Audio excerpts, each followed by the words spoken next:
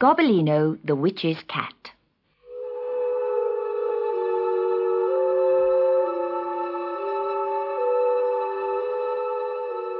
On a dark and cloudy night, two tiny kittens crept out of the cave where they had been born. It was the first time they had set foot outside the cave. It was so dark that Gobbolino could barely see his twin sister, Sutika. She was as black as the night itself. "What do you want to be when you grow up?" asked Gobbolino. "Oh, I'll be a witch's cat like Ma," said Sutika. "I'll learn magic and how to ride a broomstick and turn mice into frogs and frogs into guinea pigs. I'll fly on the night wind with the bats and the owls saying meow, and people will say, 'There goes Sutika, the witch's cat.'" Gobbolino was silent for a long time. Then he said, "I'll be a kitchen cat. I'll sit by the fire with my paws tucked under my chest and purr. When the children of the house come in from school, they'll pull my ears and tickle and tease me. I'll mind the house and chase the mice and watch the baby. And when all the children are in bed, I'll climb onto their mother's lap, and they'll call me Gobbolino, the kitchen cat." "Don't you want to be bad?" "No," said Gobbolino. "I want to be good so that people will love me. People don't love a witch's cat." Just then a ray of moonlight fell across the kittens. Sutika hissed and arched her back. "Brother, brother, one of your paws is white." Everyone knows that witches' kittens are black all over from head to foot, with eyes as green as grass. In the deep, dark cave, nobody had noticed, but now the moonbeam lit up a pure white sock, and his lovely round eyes were blue. Sutika rushed into the cave. "Ma, Gobbolino has a white sock and blue eyes, and he wants to be a kitchen cat." Her mother came to the mouth of the cave. The witch was not far behind. They knocked Gobbolino head over heels, cuffed his ears, pulled his tail, and threw him into the darkest, dampest corner of the cave among the witch's toads. Later he heard the witch talking to his mother. "Sutika will make a clever little witch's cat, but what shall we do with Gobbolino?" When the moon rose, the witch and her cat mounted their broomstick, with the two kittens in a bag behind them. They flew so fast that little Gobbolino, peeping through a hole in the sack, saw the stars flutter past like a shower of diamonds. It made him dizzy to look down. Sutika mewed with joy, but Gobbolino shivered, and tears of terror dropped onto his white front paw. "Oh, please, please stop, please," he cried, but nobody paid any attention. At last, the witch and her broomstick swooped down onto Hurricane Mountain. An ugly old hag lived there, who agreed at once to take Sutika and train her to be a witch's cat. Sutika was so happy that she hardly stopped to say goodbye to her little brother. She wanted to begin learning how to turn people into frogs and toads. But the hag refused to take Gobbolino. "A witch's cat with a white paw? No one will want him."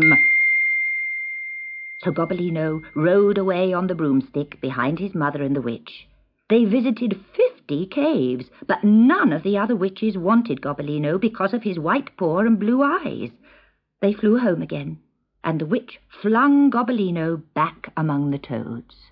In the morning he woke up and found himself all alone. The witch and his mother had gone. "Suppose they never come back. Oh, what shall I do?"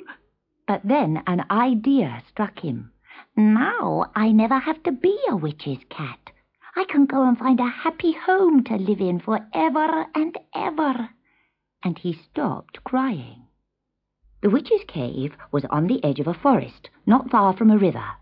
Gobbolino washed his face and coat very carefully, and then trotted through the fields till the forest was out of sight. In front of him was the bubbling river, with bright fishes in it that made his mouth water. Quite soon a lovely trout, pink and gold and blue, swam slowly towards him. Gobbolino trembled with excitement and lifted a front paw. At the same moment, the trout saw him and flashed by with a swish of its tail. The kitten made one wild grab, overbalanced, and tumbled into the water. There was a terrible splash. Then he began to swim, as only a witch's cat can. He swam and swam as the river carried him far from the cave where he was born. He swam until the river ran into farmland. Some children were playing on the bank. "Look, look," they shouted. "There's a kitten out there in the water." "He'll drown," cried one of the girls. "Quick, quick, get him out." The boys ran to the bank with a stick and fished Gobbolino out, dripping wet. "What bright blue eyes!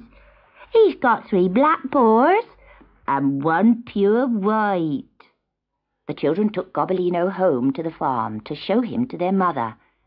And it had the kind of kitchen little Gobbolino had dreamed of. There were bright pans on the shelves, a blazing fire, and a baby in a cradle. "Wow, what a lucky cat I am," Gobbolino thought. "Now I can settle down and be a kitchen cat forever."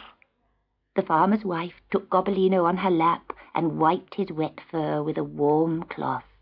"Now, where do you come from, little cat? How did you come to fall in the river? You might been drowned." "Meow." When his fur was dry, the farmer's wife gave him a drink of warm milk, and when she went to milk the cows, he played with the children. Every witch's kitten knows all sorts of tricks, and though Gobbolino wanted to be a kitchen cat, he knew them all.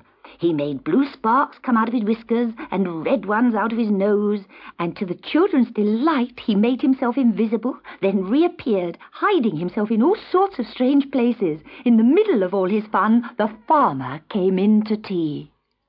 He saw Gobbolino's tricks, but said nothing. The children were sent off to their beds, and the little cat curled up in a box under the kitchen table. The fire died down. Gobbolino slept peacefully, dreaming and purring. Then, suddenly, tap, tap, tap, a hobgoblin peered in at the window. Gobbolino sat up and whispered, "Who's there?" "Come and let me in, little cat," said the hobgoblin. Gobbolino sat and stared at him. "What a lovely kitchen! What bright dishes! What a pretty cradle! What a warm fire! Won't you let me come in?" But Gobbolino only sat and stared at him. The hobgoblin began to rattle at the window. "You kitchen cats are all the same. Look at you, all warm and safe. Look at me, lonely and cold outside." When Gobbolino heard this, he remembered being lonely and lost. He trotted to the window. "You can come in and get warm for a little while," he said. The hobgoblin jumped through the window and left dirty, wet footmarks all across the kitchen floor. "How are you? How are your family?" he asked, giving Gobbolino's tail a pull. "My mother has gone away with my mistress, the witch," replied Gobbolino, "and my little sister Sutika has been apprenticed to a hag on Hurricane Mountain. I don't know how they are." "Oh ho!" grinned the hobgoblin. "So you're a witch's kitten?" "Oh, no, not anymore. This afternoon I became a kitchen cat, and I'll be a kitchen cat forever and ever." The hobgoblin laughed loudly and turned head over heels. He knocked some knitting off the chair, and it became tangled round the table legs. "Oh, do be careful," cried Gobbolino, but the hobgoblin ran into the larder and shut the door. The kitten trotted round trying to pick up the stitches, but it was no good. The hobgoblin bounced out of the larder. He had eaten all the cream. "Well, I'm going. Good night, little witch's kitten," said the hobgoblin, jumping out of the window. Gobbolino trotted back to his box and slept. Early in the morning, the farmer's wife came downstairs. She found her knitting in a tangle and all the cream stolen from the larder. Written across the floor in milky letters were the words, "Gobbolino is a witch's cat." "Look at this mess," she yelled. "I told you so," said the farmer. "He's a witch's cat, no good to anyone. I'm going to drown him." When Gobbolino heard the farmer's angry voice, he was out of his box in one bound and out of the kitchen door. across the cobblestones, past the hayricks, and up the hill. Yesterday I was a witch's cat, thought Gobbolino. Last night I was a kitchen cat. Now it looks as if I'll have to be some other kind of cat.